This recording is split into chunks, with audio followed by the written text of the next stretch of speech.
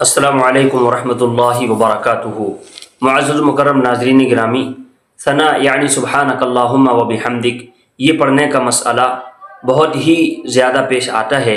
ہم میں سے عام طور پر ہر شخص کو پیش آتا ہوگا۔ تو آئیے ہم اس کو بہت ہی آسان انداز میں سمجھنے کی کوشش کرتے ہیں۔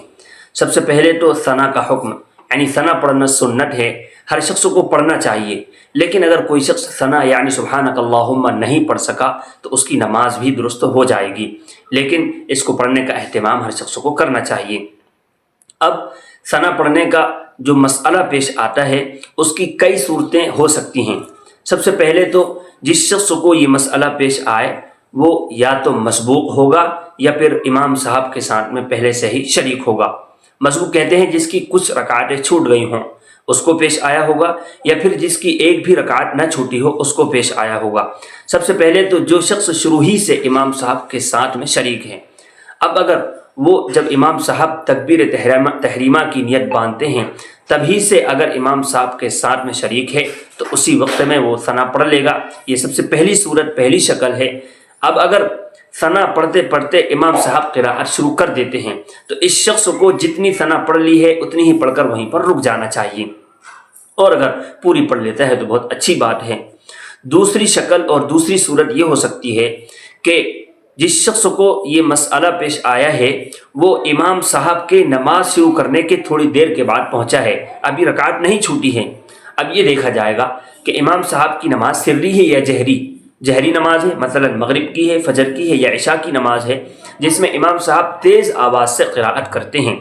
اب اگر ایسی نماز ہے تو یہ شخص آئے گا، اللہ اکبر کہہ کر کے نیت باندھ لے گا اور خاموش کھڑا ہو جائے گا۔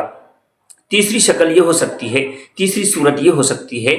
کہ جس شخص کو یہ مسئلہ پیش آیا ہے وہ امام صاحب کے ساتھ میں شریک ہوا، ابھی رکعت نہیں چھوٹی، تھوڑی دیر سے پہنچا ہے، امام صاحب ظہر کی یا پھر عصر کی نماز پڑھا رہے ہیں، اس میں قراءت دھیری آواز سے کر رہے ہیں، یہ شخص شریک ہوگا، نیت باندھنے کے بعد ثنا یعنی سبحانک اللہم و بحمدک پڑھے گا اور امام صاحب کے ساتھ خاموشی سے شریک ہو جائے گا۔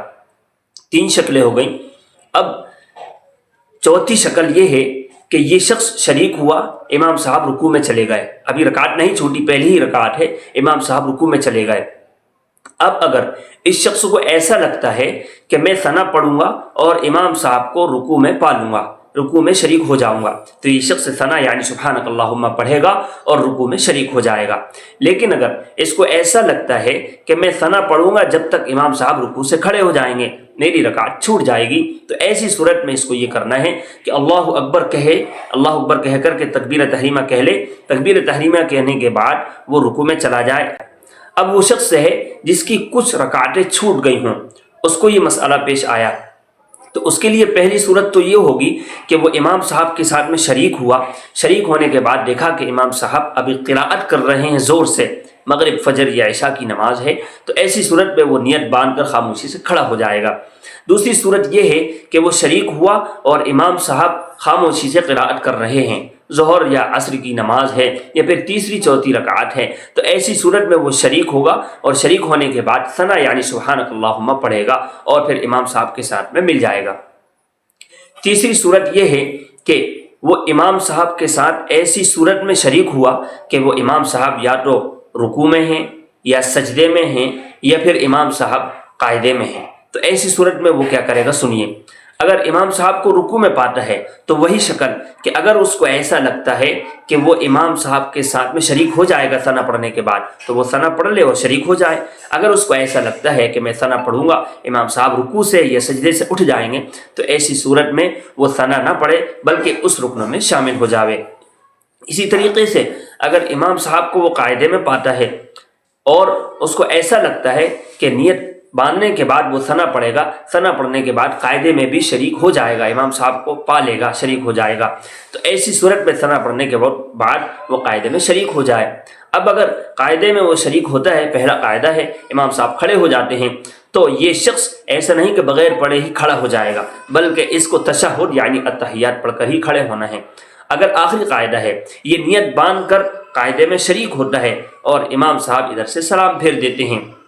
تو اس کی اللہ اکبر پوری نہیں ہوتی، اس سے پہلے امام صاحب السلام علیکم، تو السلام علیکم السلام اتنا بھی کہہ دیا تو یہ شخص امام صاحب کے ساتھ میں شریک ہونے والا نہیں مانا جائے گا، یہ شخص امام صاحب کی جو اقتدا تھی اس سے نکل جائے گا۔ لہٰذا اگر کوئی شخص جس کی کچھ رکعتیں چھوٹ گئی ہوں وہ امام صاحب کے ساتھ میں شریک ہو تو اس کو انتظار نہیں کرنا چاہیے، بلکہ امام صاحب کو جس رکن میں بھی پائے اس کو اس رکن میں شامل ہو جانا چاہیے۔ اللہ تعالیٰ ہم سب کو خوب عمل کی توفیق نصیب فرمائے، آمین۔